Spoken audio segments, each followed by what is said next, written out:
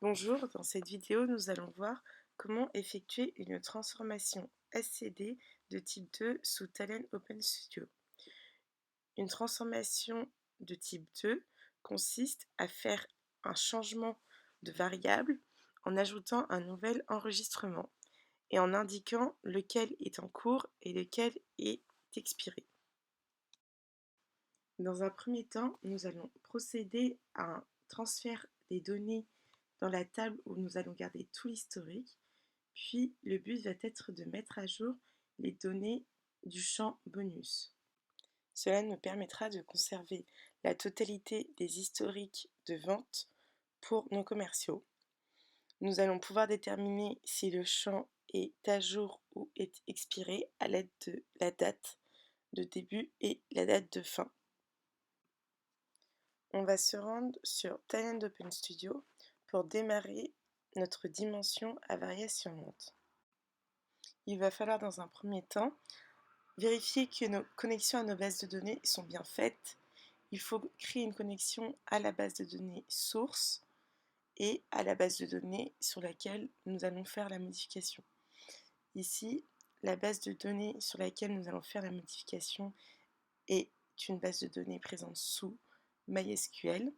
On va donc exporter la table dans laquelle nous allons faire la mise à jour. Il s'agit de DIMSales.etl, puis cliquez sur TDB Connexion MySQL pour valider notre composant. L'élément qui devra être mis à jour apparaît bien. Il faut alors ajouter l'élément qui contient les données input. Pour cela, nous allons cliquer sur ADW SQL Server, car c'est ici que nos données sources se trouvent. Puis, nous basculons notre table DIMSales.etl. C'est elle qui contient les données à jour.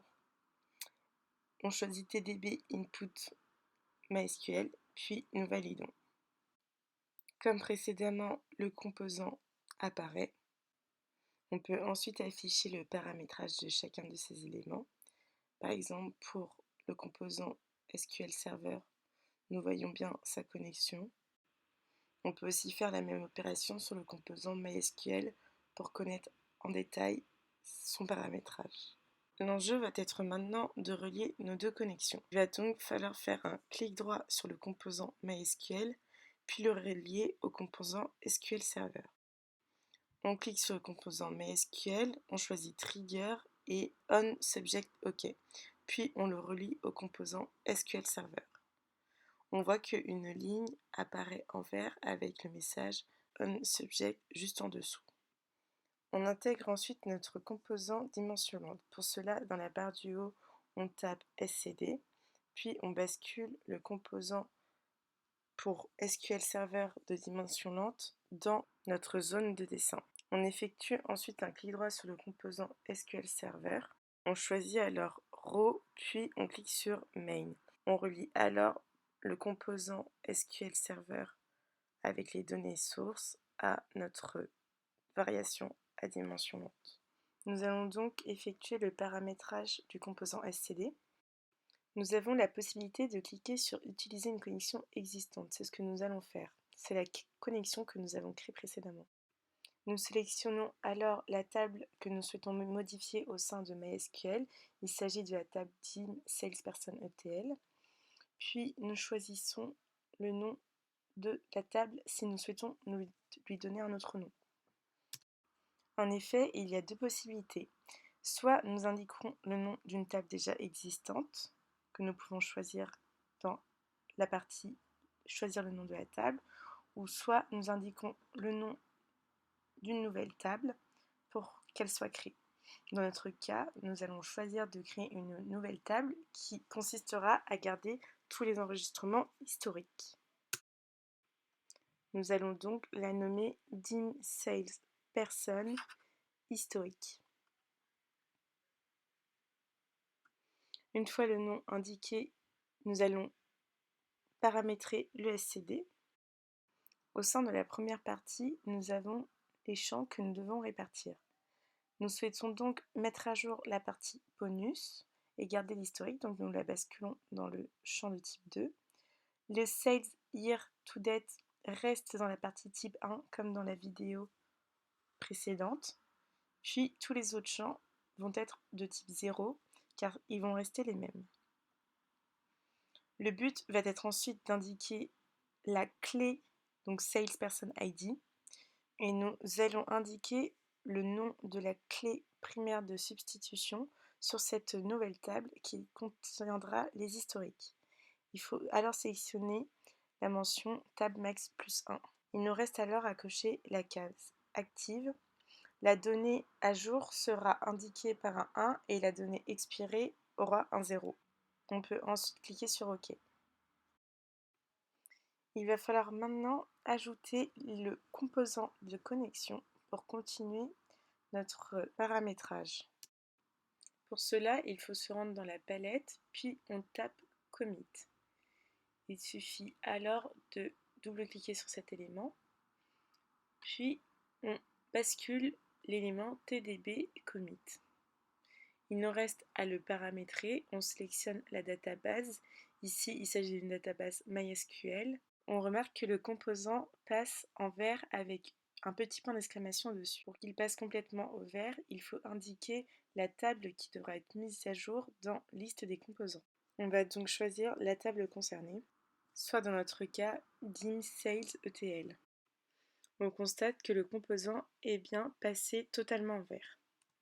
Il ne nous reste plus qu'à faire la liaison entre notre composant SCD et le composant de connexion. Pour cela, on va faire un clic droit sur le composant SCD, puis cliquer sur Trigger et choisir On Component OK. Il ne reste plus qu'à faire la liaison entre les deux composants. Puis, nous voyons qu'il y a le message On Component OK juste en dessous. On peut se rendre alors dans Exécuter, puis nous allons exécuter notre package. Il est terminé une fois que Disconnected apparaît. Le transfert de données semble avoir fonctionné car 17 lignes ont été transférées. Cela est normal car nous avons choisi de créer une nouvelle table. Nous avons donc l'ensemble des champs DIM Sales ETL qui ont été transférés dans la DIM Sales historique. On va se rendre dans MySQL pour vérifier cela. Pour cela, nous allons rafraîchir la page pour voir si la table a bien été créée.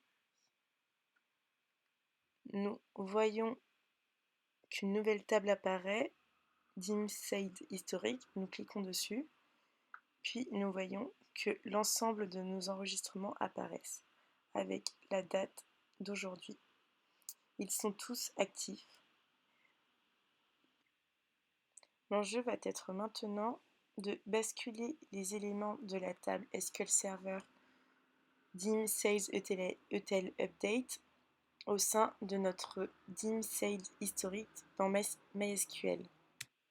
Dans cette table Update, nous voyons que les données bonus sont différentes des données présentes dans la table précédente.